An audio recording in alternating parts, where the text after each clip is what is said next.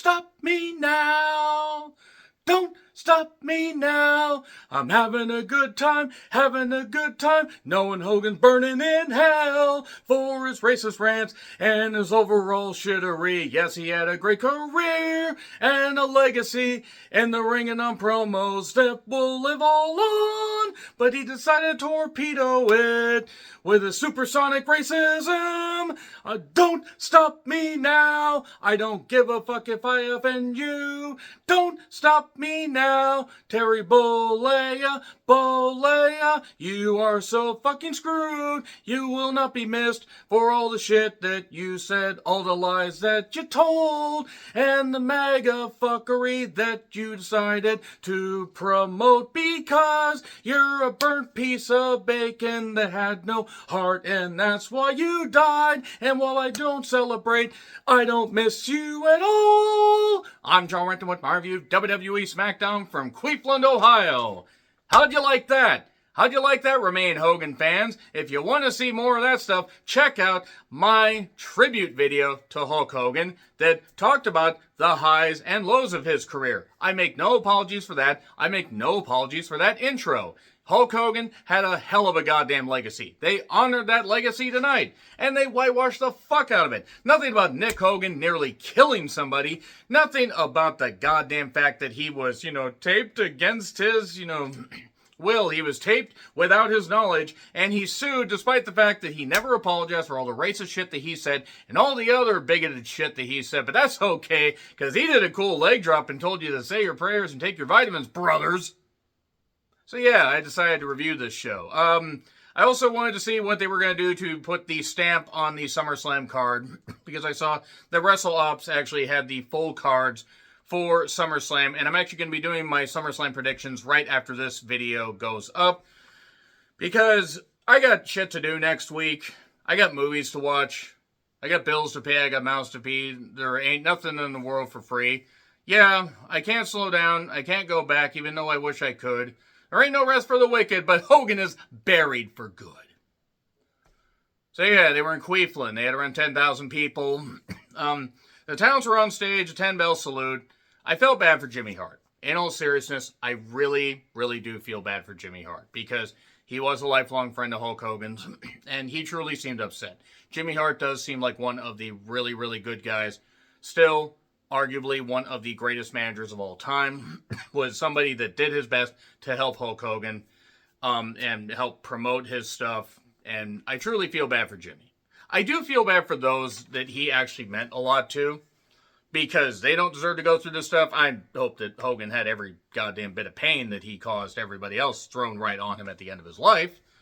And somebody pointed out, it is funny that Eric Bischoff, Hogan, and whoever the third man was, they were doing this Real American Freestyle Wrestling thing, and of course Hogan leaves Eric holding the bag once again.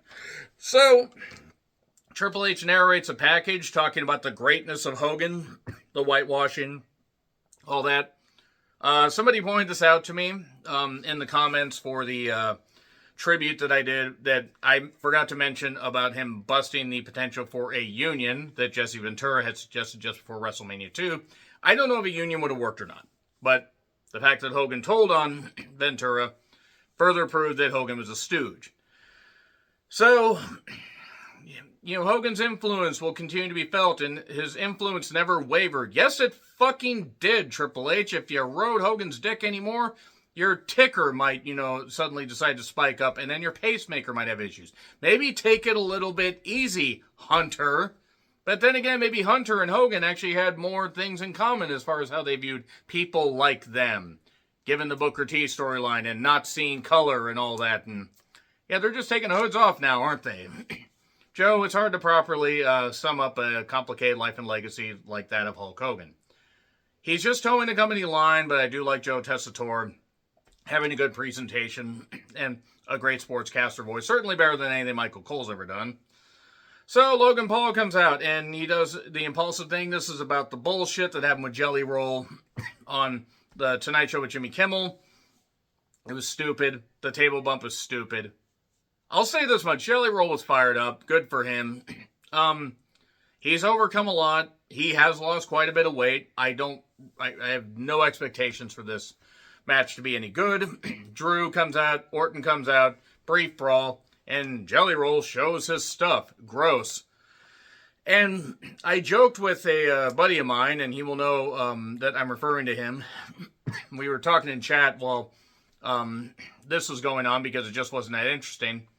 And I said, watch it be like 35 minutes before the first match happens. And lo and behold, I was right. Before that, Andrade and Phoenix are standing by a fancy car and talking about winning the tag titles tonight. They didn't do that. Alexa got a big pop. It damn sure wasn't for her wrestling. I know she's popular. She has a dynamic look. She sells a lot of merch. And she has a lot of influence. So did Jim Jones. So, Roxanne with Raquel took on Alexa with Charlotte. This is a hype up. The tag match, tag title match is going to come up at SummerSlam. They each had an equally useless Amazon in their corner. Raquel, who just is never going to get it, and Charlotte, who just looks like she wants to be literally anywhere else. Break within 2 minutes. Why does Charlotte have pom-poms is what I noted. Raquel interferes, and then Roxanne hit a moonsault for 2. And then Roxanne and Charlotte get Raquel and Charlotte get in a fracas, that is. And Raquel gets sent over the barricade, but then Raquel grabs Charlotte and is going to powerbomb her. And has to wait for Alexa to remember her fucking spot. God damn it, you freaking bleach blonde weirdo. What is wrong with you? Just jump. Might as well jump. And then eventually she jumped after forgetting her spot for what seemed like, it was only a few seconds, but it seemed like forever. And I'm sorry. I know that she's been through a lot. I know she's had injuries. She had a kid. She was off for a couple of years. I get that. It takes time to get back into it. But she's been doing this long enough that if your instincts are that bad, you need help. But anyway, Roll Up won it. Okay, cool. Alexa had a bloody nose. Hopefully Alexa's okay. Kathy is with Jade, who says she will be Tiffany. Chelsea Green comes in and starts knocking Jade, and then Jade beats her up, takes her to the ring. We get a bell ringing, big boot. The Secret Harvest comes out. We go to break, and Jade wins it in like 4 minutes, if that. And then, Tiffy time, yay. Like, whatever. There's like 2 people that will get that reference. Everybody else will be confused. But she stops the brawl, and I feel we might get a tag match next week. Because why not? Charlotte, I noticed that Charlotte's either going to turn on Alexa or Alexa's going to turn on Charlotte on Sunday, Saturday, whatever day it is. And we remember Hogan beating the Iron Sheik. It's a shame that Sheik, for all his issues, passed away before Hogan. So there you go. It was a monumental moment, though. Vince picked the right guy to go national. So then here's Cody. He talks about, the legacy of Hogan. Referencing the legacy of Hogan. The complicated legacy, but he was undeniably one of the biggest stars in wrestling. And that can't be taken away. That can't be. You can absolutely knock him all you fucking want, and it's not up to me to fucking forgive him. Because the slurs and the words he used never targeted me. Never targeted my color. Targeted other people.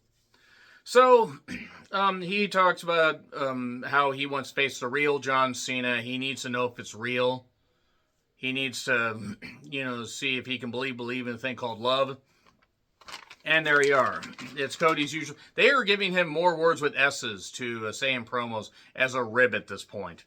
So, last week, Solo's crew, the MFTs, I guess is what they're called. They tried to get Fatu arrested, but it turned out because of the car wreck and everything, which kind of looked like just a typical day in Marysville.